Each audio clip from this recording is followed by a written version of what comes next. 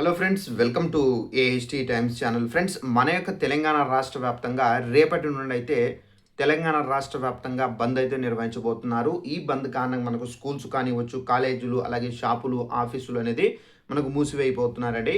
అయితే ఈ బంద్ అసలు ఎందుకు నిర్వహించబోతున్నారు, ఏంటి, దానికి సంబంధించినటువంటి పూర్తి వివరాలు తెలియజేస్తాను. ఈ వీడియో మీకు నచ్చినట్టయితే లైక్ చేసుకొని ఛానల్ను సబ్స్క్రైబ్ చేసుకున్న వారు వెంటనే ఛానల్ కూడా ఫాలో అవుతారండి. ఇక వివరాలకు వెళ్ళినట్లయితే విద్యార్థులకు సంబంధించి కీలక అప్డేటు అయితే మనకు రేపు శుక్రవారం కాబట్టి మనకు 10వ తేదీ కాబట్టి బంద్కు అయితే పిలుపునిచ్చాయి. ప్రభుత్వ పాఠశాలల సంఖ్య తగ్గించాలన్న ప్రయత్నాలను మానుకోవాలని చెప్పేసి విద్యాశాఖ మంత్రిని కేటాయించడం సహా పలు విద్యారంగ సమస్యలను పరిష్కరించాలంటూ వామపక్ష విద్యార్థి సంఘాలు బంద్కు అయితే పిలుపునిచ్చారు.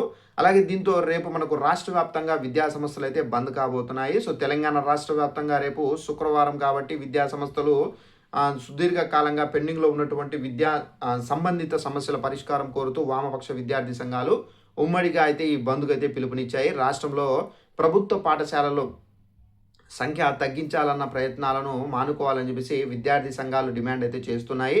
ప్రస్తుతం రాష్ట్రంలో మనం చూసుకున్నట్లయితే 27,000 ప్రభుత్వ పాఠశాలలు ఉంటే వాటి సంఖ్యను 4,000 అయితే తగ్గించాలని చెప్పేసి సర్కార్ అయితే భావిస్తుందని చెప్పేసి విద్యార్థి సంఘాలు ఆరోపిస్తున్నారు. ఈ ప్రయత్నాన్ని మానుకోవాలని చెప్పేసి ప్రైవేటు కార్పొరేట్ విద్యా సంస్థల్లో ఫీజులను నిర్ధారిస్తూ చట్టం చేయాలని చెప్పేసి డిమాండ్ అయితే చేస్తున్నారు. ఈ బంద్కు అన్ని విద్యా సంస్థలు సహకరించాలని చెప్పేసి ఇప్పటికే సంఘాల నేతలను అయితే కోరారు. విద్యార్థి సంఘాల డిమాండ్స్ కూడా చూసుకున్నట్లయితే అదేవిధంగా మనకు రాష్ట్రంలో పలు పాఠశాలల్లో ఖాళీగా ఉన్నటువంటి ఉపాధ్యాయ పోస్టులను భర్తీ చేయాలని చెప్పేసి వారిని డిమాండ్ చేస్తున్నారు.